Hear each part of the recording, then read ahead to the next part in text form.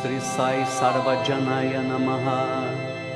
Om Sri Sai Sarvajana Priyaya Namaha. Om Sri Sai Sarva Shakti Murtaye Namaha. Om Sri Sai Sarvajaya Namaha. Deus é um. Seja qual for o nome usado, Alá, Jesus, Buda ou Rama, tenham esta fé. Não critiquem qualquer religião.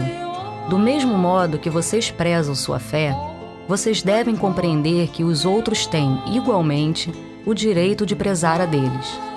Vocês podem estimar imensamente sua religião e se devotar a ela adequadamente. Mas não critiquem ou desprezem as religiões dos outros. Infelizmente, os homens perderam este senso de respeito pelos outros credos. Se todas as pessoas reconhecessem esta verdade, não haveria lugar no mundo para conflitos e discórdia.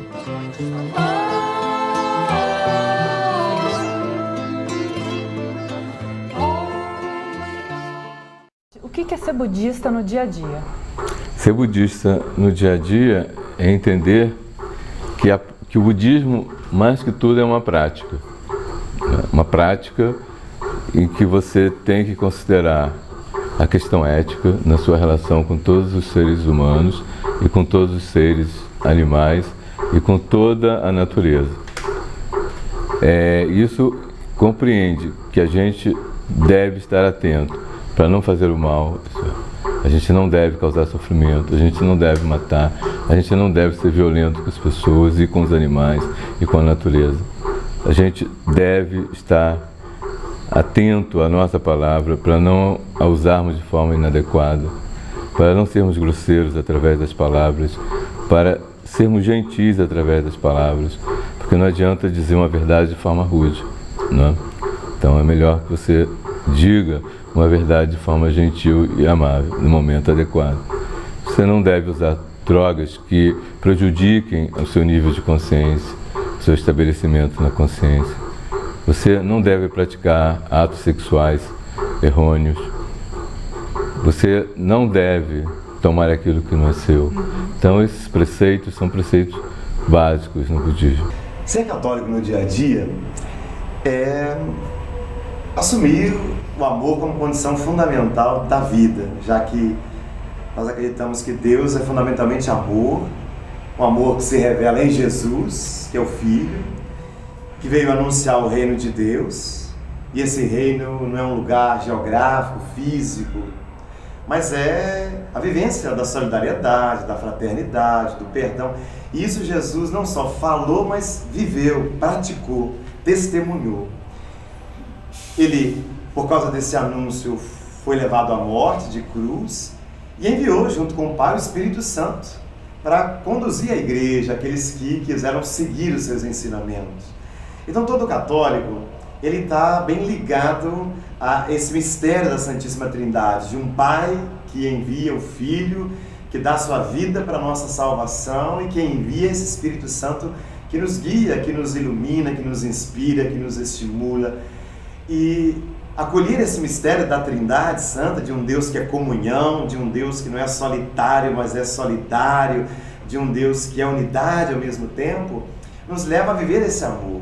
Um amor que respeita as diferenças, que acolhe as diferenças em busca de uma unidade, né? Entendendo que só pode haver unidade porque há diferença, e de valorizar as diferenças e entender que em tudo Deus está presente, em cada pessoa, nossa manifestação diferente, seja manifestação religiosa, política, econômica, enxergar em cada pessoa a presença de Deus e por isso amar fundamentalmente.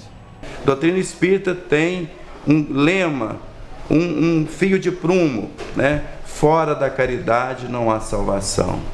Então, como diz a epístola, né, de Paulo aos apóstolos, de Paulo apóstolo aos Coríntios, né? A primeira carta que ele manda aos Coríntios, no versículo 14, ele disse exatamente isso aí, né? Que eu poderia falar todas as línguas, né? Eu poderia ter todos os dons, todos os dotes, mas se eu não tivesse a caridade, ou seja, o amor, a caridade, né? Uns colocam no lugar da caridade, colocam o amor, algumas religiões, porque nós não entendemos caridade sem amor, nem amor sem caridade, tá certo? Então, a doutrina espírita quer dizer isso. Se diziam as religiões sectaristas que era fora da igreja não há salvação, nós queremos dizer fora da caridade não há salvação. Essa é a grande mensagem daquele que codificou a doutrina espírita, que encarnado chamava Hippolyte Léon Denisard, cujo nome, né, se notabilizou por um nome que ele teve em outras encarnações, que era Allan Kardec. O judaísmo se baseia em 3 pontos fundamentais. É a revelação da palavra divina e da unidade de Deus. 2, a obrigação que todo judeu tem para com todos os outros seres humanos, para a humanidade inteira. Diz-se que quem salva um ser humano, salva a humanidade inteira. E essa é a responsabilidade de todo judeu, de toda judia, de se preocupar com o próximo, de abraçar o próximo, de se colocar na pele do outro, tentar sempre ajudar o outro. E o 3º ponto é a tzedakah. O que é tzedakah? Não é caridade, não é apenas a caridade. É fazer o bem, sim, é fazer a caridade, sim, mas, acima de tudo, tentar fazer com que desapareçam as desigualdades, lutar pela igualdade, pela justiça social, pela abertura de possibilidades para todos os seres humanos. Agindo assim, você está sendo um ser humano íntegro e inteiro e está cumprindo seu papel no mundo. Hindu é uma palavra mais moderna, que significa pessoa que faz parte dessa tradição, da qual a base são esses textos chamados Vedas. Mas é um nome que ele próprio, o hindu mesmo, não se dava. É um nome que os ingleses trouxeram e quando foram para a Índia. Então, o ser hindu é a pessoa que pertence ao Sanatana Dharma, quer dizer, essa tradição eterna, quer dizer, que vem de muito tempo, que não se tem uma data assim, de início, de origem, e que fala, quer dizer, a base do ensinamento são os Vedas. Então, o hindu não é somente uma cultura, mas ele também não é somente um conhecimento um conhecimento de si mesmo, conhecimento, assim, vamos dizer, filosófico sobre a verdade absoluta, mas é um estilo de vida e também é uma religião. A gente não pode dizer que seja separado de uma religião, porque ele é uma religião na medida que fala sobre Deus e estabelece uma relação, uma conexão do indivíduo com Deus. Então isso é a religião, né? Uma religião védica, vamos dizer assim, a religião hindu. Então o hindu é aquela pessoa que pertence a essa tradição dos Vedas como um todo, a tradição védica, cultura védica.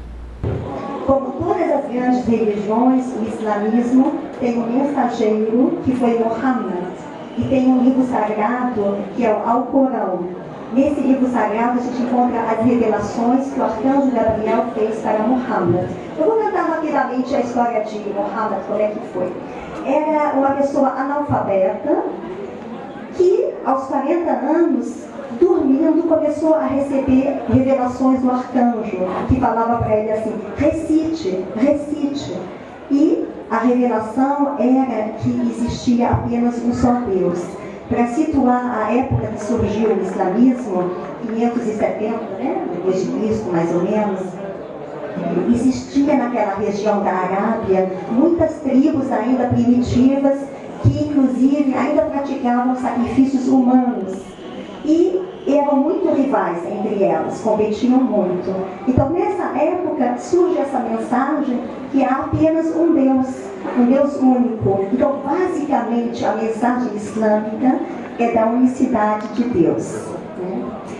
Principais eixos do protestantismo, que é que nós somos justificados somente pela fé e somos salvos pela graça, não pelas obras. a autoridade das Sagradas Escrituras. Eu volto a falar essa questão da Escritura daqui a pouco.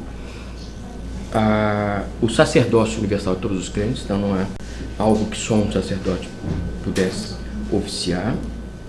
Ele seria alguém que teria relação com o luminoso. E o livre exame às Escrituras. Então, povo, qualquer pessoa poderia se aproximar das Sagradas Escrituras e lê-las e interpretá-las. Então, esses são os principais eixos do protestantismo.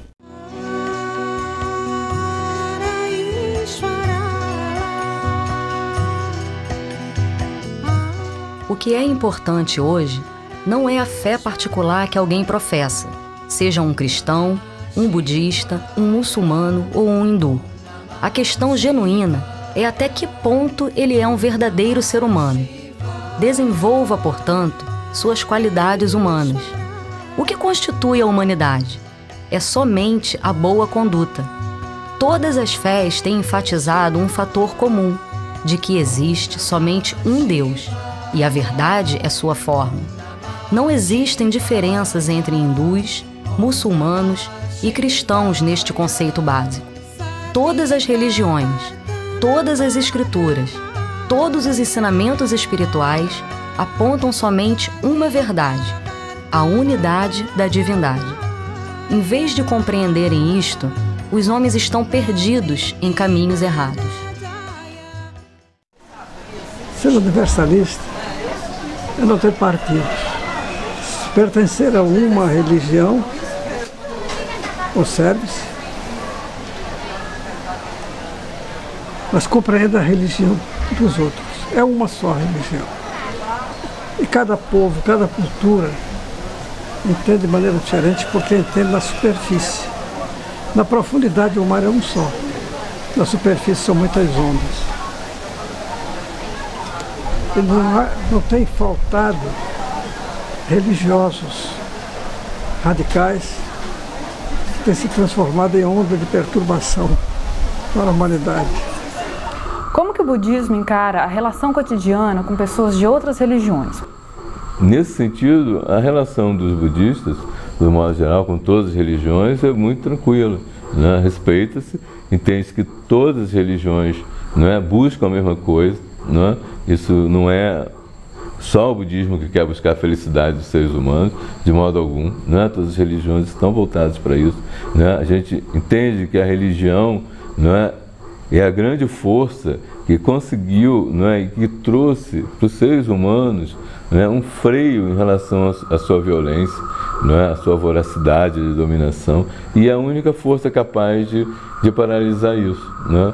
Porque a religião é que traz a questão da ética para os seres humanos. A religião é que traz a questão da moral. E se a gente pegar todas as religiões, elas vão ter um código ético que é basicamente o mesmo, não é?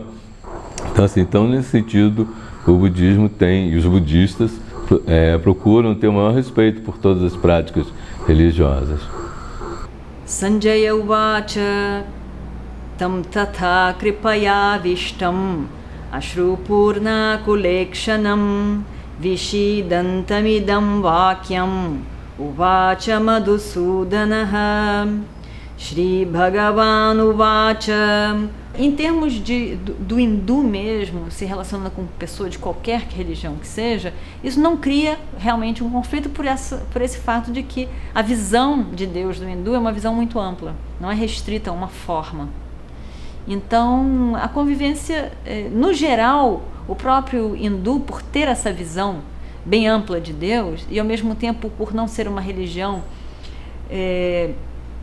que fale sobre culpa, ele não tem culpa de nada. Você não tem culpa de ter nascido de uma forma ou de outra, você não tem culpa e não tem essa ideia de você ser castigado pro resto da vida, indo para o inferno, uma coisa assim. Então, o hindu não carrega esse problema, não, um problema de sentir pesado pela própria culpa, de ter feito alguma coisa errada.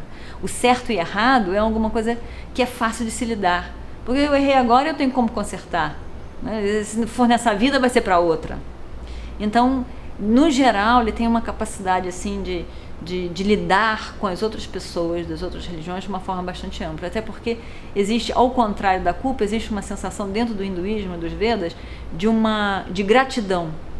Então a gente tem uma sensação dentro do hinduísmo de ter a gratidão aos mestres que vieram antes de nós, que trouxeram esse ensinamento, aos nossos antepassados, a quem nós devemos a nossa vida e vários aspectos dela. Então, e ao próprio Criador. Então é uma tradição onde você tem muito o que olhar ao redor e dizer, eu só tenho coisas a ser gratas. Então não é uma religião de basicamente que crie conflitos com outras pessoas por causa de religião, não é.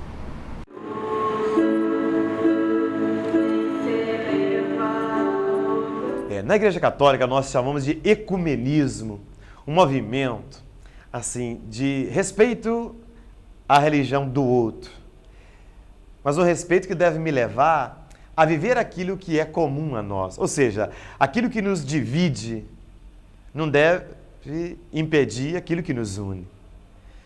Podemos ter pontos de vista diversos, podemos ter caminhos diversos para chegar a Deus, mas certamente se tem Deus no meio tem que ter amor, e aí a gente se encontra, não acreditar que o amor tem que nos unir.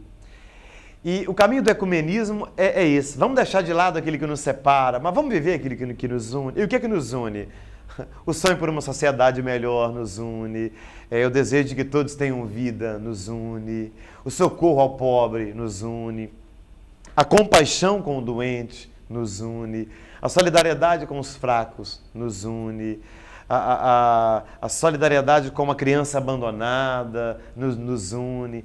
Então, seja no ambiente de trabalho, seja dentro da própria casa, porque às vezes ocorrem pessoas serem irmãos, até marido e mulher, e terem religiões diferentes.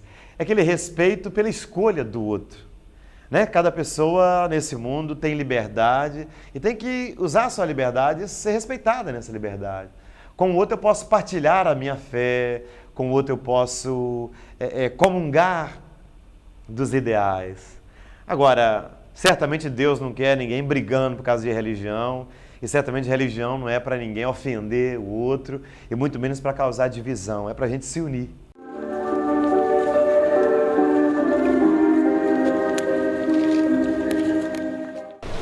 Toda a religião que nos leva a Deus, toda a religião que tem uma proposta sincera de ajuda, os mais diferentes tipos de ajuda, quando nós falamos caridade, não estamos falando só na caridade material. Então todas aquelas religiões que fizerem de maneira mais eficaz, como eu citei ainda há pouco, aquela proposta, de transformar o ser, transformar o mundo, transformar esse planeta, que a doutrina espírita, o espírito de verdade, nos diz que é catalogado como um dos planetas que estão ainda em fase bem recuada de adiantamento. Portanto, aqui é o planeta de provas e expiações.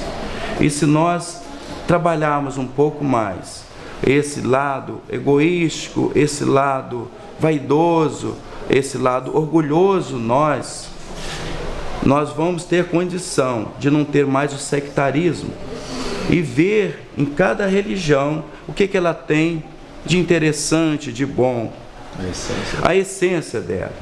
E, obviamente, abandonar, deixar de lado aquilo que o homem, tá certo? Com a sua vaidade, com a sua prepotência, com o seu julgamento, com uma série de coisas que é inerente ainda ao nosso estado bem atrasado de evolução, a dizer a minha religião é melhor, como se a religião fosse time de futebol, e pela religião se mata, pela religião, se matou e ainda se mata, como a gente está vendo hoje nos campos de futebol, na torcida se degladiando. Então, religião é uma coisa muito especial e é de cada um. O Pai é um só, agora os caminhos são vários. Fundamental para as relações com o outro é o diálogo. Seja o diálogo interreligioso, o diálogo interétnico, o diálogo entre homens e mulheres, entre homens e homens, mulheres e mulheres, o diálogo que permite pavimentar o caminho do um chegar ao outro.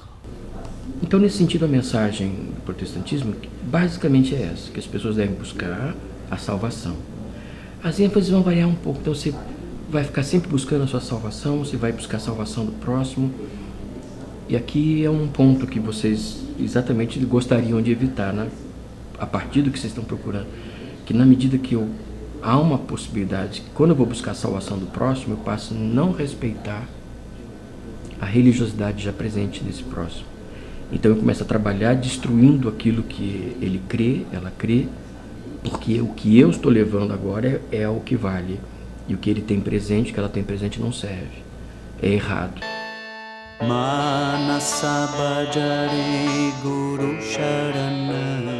Nenhum profeta ou Messias pediu a seus seguidores que odiassem outras religiões ou os seguidores de outras fés. Toda religião declarou que Deus é um e que o divino mora em cada ser. Jesus também proclamou a verdade de que o único Espírito reside em todos os seres. Quer seja no hinduísmo ou no budismo, no jainismo ou no sikhismo, no cristianismo ou no islamismo, a divindade é uma e somente uma. Nenhuma religião deveria permitir a depreciação de outras fés. Não é uma religião, absolutamente, aquela que faz objeções às outras religiões. É uma forma de arrogância. Os grandes santos que adoraram Cristo, ou Rama, ou Krishna, ou Alá, foram inspirados por seus profundos ensinamentos. Mas quantos dos seguidores destas fés vivem esses ensinamentos hoje? Se os ensinamentos do fundador de uma religião não são seguidos, pode esta ser chamada de religião? Aqueles que, em nome da religião, favorecem seus interesses egoístas, estão trazendo descrédito ao fundador da religião.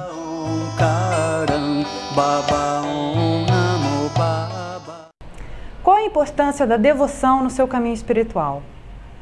Nós acreditamos que a religião, ela precisa das normas, precisa dos dogmas para ajudar cada pessoa no caminho. Mas ela não pode se restringir a isso, né? A alma de toda a religião, e no caso da religião católica, é a devoção, ou seja, é a experiência de Deus que nós chamamos, ou seja, muito além da lei, é a graça de Deus, que é outro nome que nós católicos damos para essa devoção, né? Ou seja, é uma experiência profunda de sentir Deus comigo na minha vida.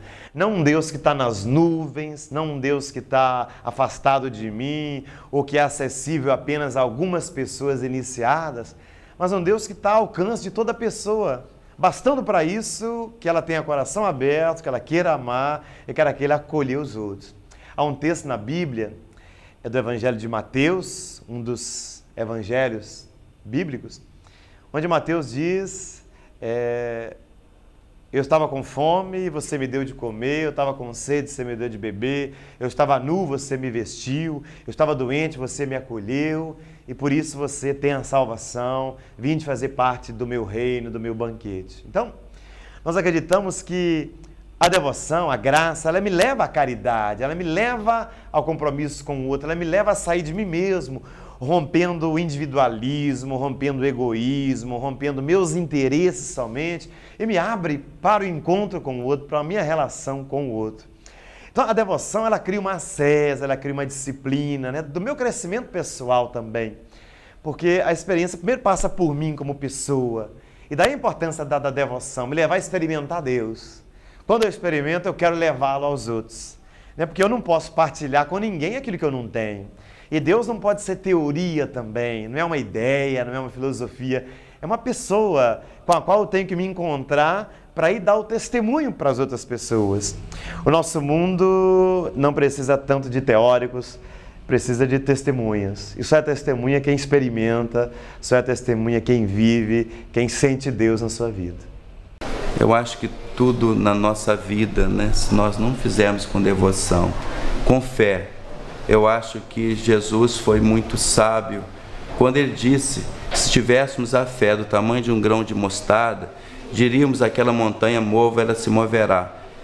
Claro que isso é um sentido figurado, que estaríamos, né, contrariando a lei da física, mas é a montanha ainda dos nossos equívocos, ainda da nossa ignorância, ainda dessas más tendências que a gente carrega, mas sobretudo a montanha dos piores sentimentos que nós trazemos no nosso ego, que é o orgulho e o egoísmo. Esta é a montanha que precisa ser removida e nós precisamos ter muita devoção, muita crença no potencial que somos nós. Então, essa é uma devoção não para o exterior, não digamos, de adorar a Deus, a Jesus, e sim, muitas vezes, porque uma das, digamos assim, das leis divinas que o Espírito de verdade traz para nós é a lei de adoração. Mas essa adoração, ela precisa ter um compromisso, sobretudo, de gostar de nós, não como seres egoístas, mas como sendo nós, a nossa individualidade, uma promessa divina, tá certo? O Deus imanente em nós. Então, adorarmos a Deus, não adorarmos o nosso corpo, não naquele processo, digamos, da mitologia grega, tá certo? Mas adorar a Deus, sabendo que nós somos Deus, Deus está em nós, que Jesus disse isso, sois Deus. Eu acredito que haja as duas dimensões numa confissão religiosa. A dimensão individual, pessoal, para onde você vai para um lugar, para um local especial, onde você pode meditar, pode entoar mantras, cânticos, e outras onde a participação é coletiva. Então, os dois momentos são extremamente importantes. E existe uma dimensão pessoal que é absolutamente mesmo individual. Quer dizer, eu nunca vou poder provar para vocês que eu passei por uma determinada experiência religiosa, porque é uma questão, não é nem a questão de fé, é de fé, mas é uma questão íntima, pessoal. Quer dizer, eu senti.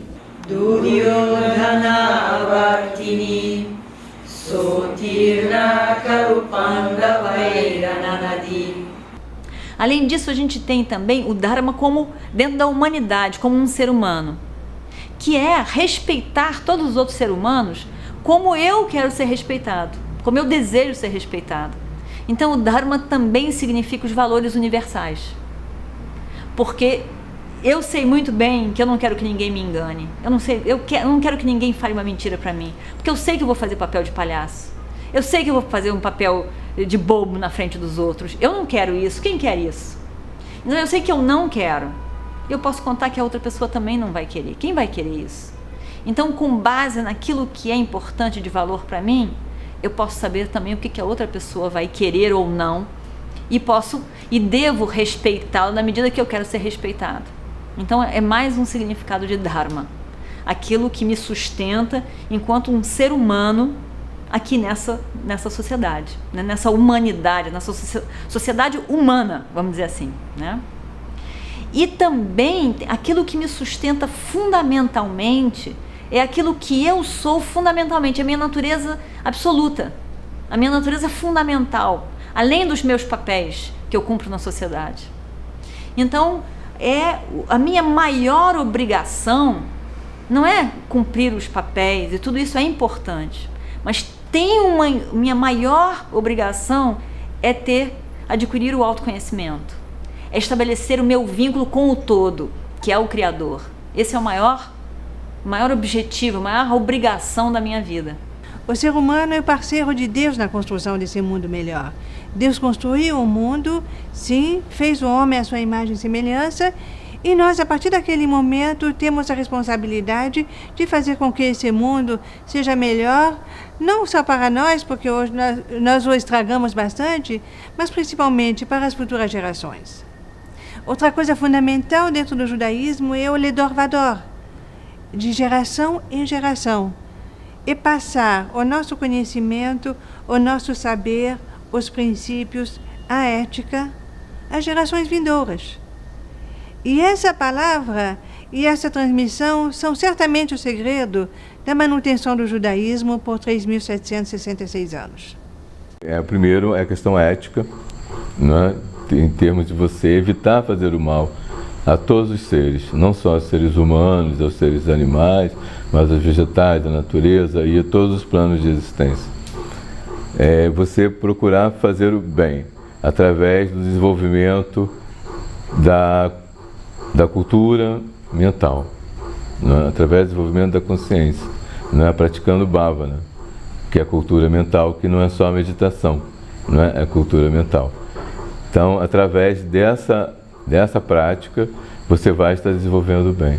E a sabedoria, não é? Que é o último aspecto, no qual você então vai adquirir conhecimento, superar as ilusões, não é? Sobre o eu, superar o apego, superar o desejo, superar a raiva, não é? E você então vai ser capaz de ver as coisas como elas são. Não é ver as coisas como elas são, é ver as características da existência, não é? Entender que não existe nada substancial em si mesmo, todas as coisas são dependentes de outras. Entender que toda a nossa vida é impermanente e que tudo no mundo é impermanente, que nada é para sempre, não é? Já dizem as músicas, não é? Então, e também entender a insatisfatoriedade da nossa existência, que nós sempre estamos insatisfeitos e por isso nós estamos sempre sofrendo. Então, esses três aspectos, não é? São os três aspectos básicos que estão presentes em todas as religiões. Todas as religiões dizem fazer o bem, evitar o mal e purificar a própria mente, né? Qualquer religião que você possa abordar, essas três características estão presentes. O homem luta pela paz de várias formas. Onde a paz é encontrada, não será no mundo exterior. A paz deve ser encontrada no interior. Do lado de fora, vocês encontrarão apenas momentos passageiros. Vocês devem buscar a manifestação da paz que emana de dentro de vocês. Há milhões no mundo que pregam e propagam o que é bom, mas um em cada 100 pratica os bons ensinamentos que ensinam. A vida deveria refletir a unidade de pensamento, fala e ação. A devoção deveria também ser a expressão unificada do amor por Deus, ação no serviço de Deus e total entrega à vontade de Deus. Devoção, adoração e a consciência do eu, juntos, demonstram a unidade do divino. Esta verdade é comum a todas as religiões. Não se deveria odiar qualquer religião ou ridicularizar qualquer forma de adoração. Deve-se reconhecer a verdade unificadora em todas as religiões. Eu gostaria de deixar uma mensagem especial de um aspecto que eu não falei em nenhum outro momento, que é a dimensão da intolerância. Minha mensagem não é sobre a intolerância, mas é contra a intolerância.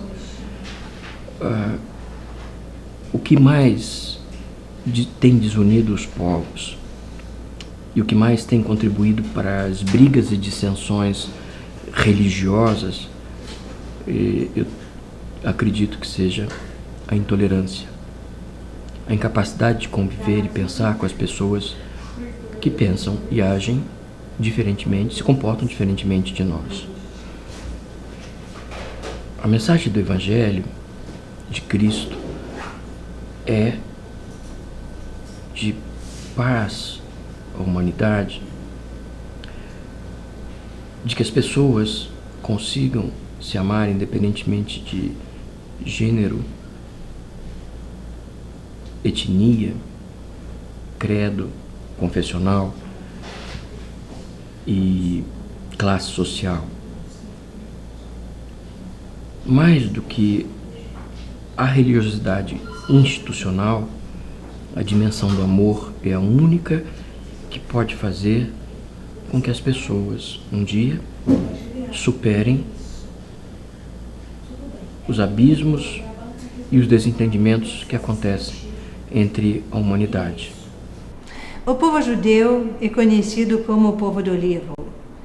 É o povo do livro porque ele descobriu, através do tempo, que a maior riqueza do mundo é o saber. Saber que se pode ser levado para qualquer lugar do mundo, apesar das perseguições, na riqueza, na pobreza, sozinho ou em comunidade. O saber, o conhecimento, a palavra de Deus é o melhor aliado, o melhor conforto, o melhor amigo. Então, eu gostaria de recomendar a todos: estudem, estudem, estudem.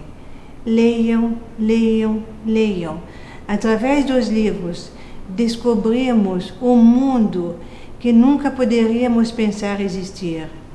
E isso se torna um vício. Você lê e você quer saber mais. E você mais lê e mais sabe e descobre que sabe muito pouco, que tem ainda uma infinidade a aprender. Então vamos começar hoje e compartilhar o pouco que sabemos com todos os outros. Porque só assim poderemos fazer uma corrente, um elo, que de mãos dadas vamos todos caminhar juntos e vamos todos transmitir, acima de tudo, uma palavra que é comum a todos os povos, que existe em todas as línguas: amor. Shalom. Resumidamente, assim, a grande missão do católico é essa: evangelizar, anunciar a palavra de Jesus, anunciar essa palavra que me leva a difundir o reino de Deus, onde há um respeito profundo por cada pessoa humana e enxergar em cada humano o divino que está aí presente. Me parece, a nossa missão como católicos é assim, a humanização, que cada pessoa se sinta plenamente humana. Ninguém tem que negar a sua humanidade, né? É assumindo a minha humanidade que eu me torno divino. Ou seja, se o próprio Jesus quis assumir a minha humanidade, é porque ser gente é muito bom. Lógico que tem pessoas que roubam, que matam, que desrespeitam os outros, mas é uma humanidade que vai se corrompendo, que vai se degradando, né? O ser humano é amar, o ser humano é acolher, o ser humano é encontrar. Então, quando eu vejo que o próprio Jesus assumiu a humanidade, eu percebo que quanto mais humano eu sou, e humano significa eu sair do próprio sonho de Deus, eu sair do coração de Deus. E Deus é amor, e Deus é paz, e Deus é perdão. Então, eu sou humano na medida que eu vivo esses valores. E quanto mais humano eu sou, mais divino eu sou. Ou seja, mais Deus está comigo, então mais eu posso ajudar a sociedade a ser melhor. Se você realmente quiser buscar, né, a questão do bem, de criar, né, uma sociedade mais harmônica, que os seres humanos e que todos os seres possam ser felizes, né, você não pode transigir na questão da ética. Né? Agora, em termos do que cada um pensa, né, a gente lida isso como um conceito, até em relação ao que você mesmo pensa. Né? Porque na prática da meditação, quando você senta, o seu pensamento é um pensamento, ele não é verdade em si mesmo. Né? Então, quando você está observando o seu pensamento na prática da meditação, você tem que entender que ali é só um pensamento. Ele não é nada mais do que isso, que a sua verdade não é maior do que a verdade de qualquer um outro. Independentemente de religião, todos somos irmãos, porque somos filhos de um único, o excelso benfeitor do universo, aquele que nos criou, que nos dá tudo e nada nos pede em troca. Deus, que nós chamamos de Deus, a suprema inteligência. Pela nossa limitação, nós nem temos condição de avaliar e nem de, digamos assim, dizer o que é Deus. Já não falamos mais quem é Deus, mas sim o que é. Sabemos que Ele é a inteligência, é a pureza, é a bondade. Ele está em tudo e em todos. Que Jesus nos abençoe. Muito obrigado, meus irmãos, e que a paz, né, seja sempre com todos vocês. Muito obrigado de coração. Eu acho que o amor é inerente à pessoa, o amor é inerente ao ser humano e não está faltando, sem dúvida não está faltando o amor.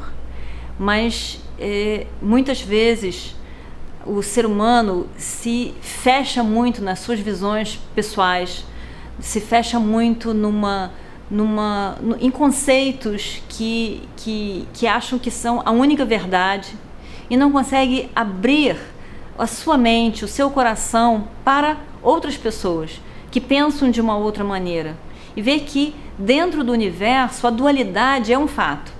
Então existem várias pessoas de maneiras que são diferentes, vários países que são diferentes, várias pessoas que falam línguas diferentes e vivem em situações diferentes, e todas elas a gente tem que dizer que são adequadas, que são corretas dentro do seu tempo e espaço.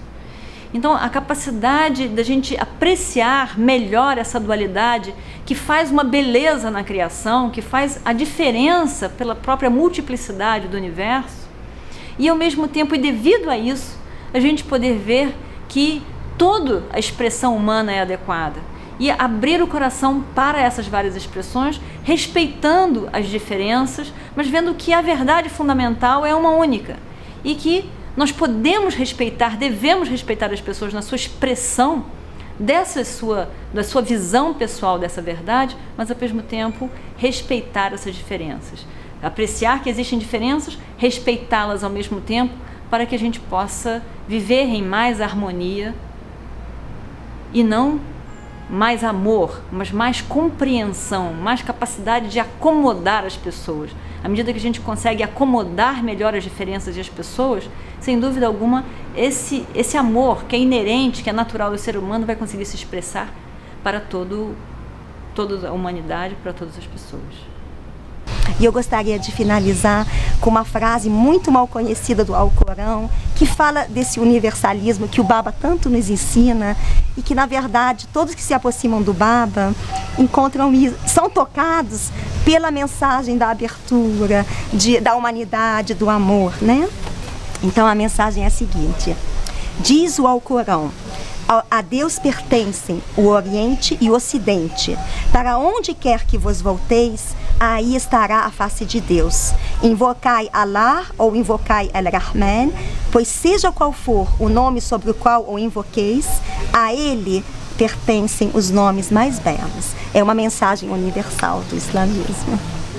E me apaixonei por Sai Baba, e até hoje eu acredito que eu sou uma melhor judia em função de ter conhecido ele, porque eu passei a ter compaixão pelo meu povo, eu passei a querer entender da onde eu vim, eu quis estudar mais sobre judaísmo, participei muito da sinagoga lá do Milton Bonder, que foi muito acessível assim, em termos de ensino, né, no início. Depois eu até larguei, né, mas por causa da distância da minha casa, mas foi muito interessante. Mas isso tudo só foi possível realmente mediante uma abertura que eu tive, conhecendo mais a espiritualidade através desse contato que eu tive com o Swami, né? E até mesmo, foi na mesma época que eu comecei a fazer dança árabe, que é uma coisa diametralmente oposta à minha religião.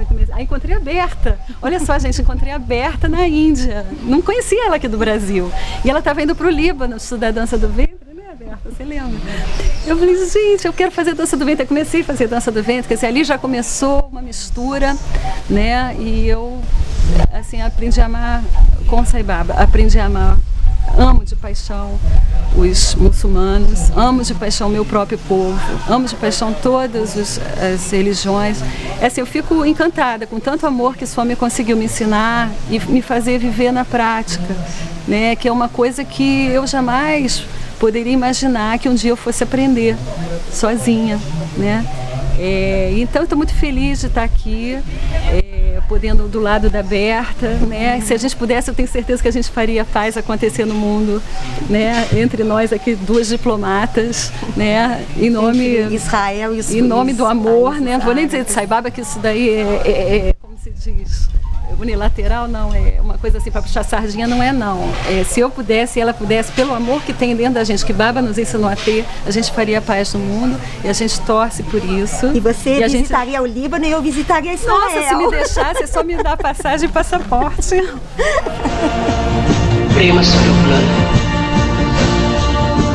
O amor é a base da unidade. Ampliem sua visão. Cultivem o espírito do amor. Considerem todos como seus irmãos e irmãs. Somente então perceberão sua unidade com toda a criação. Preencham suas vidas com a alegria. Estejam contentes e façam os outros felizes. Isso agradará a Deus. Hallelujah.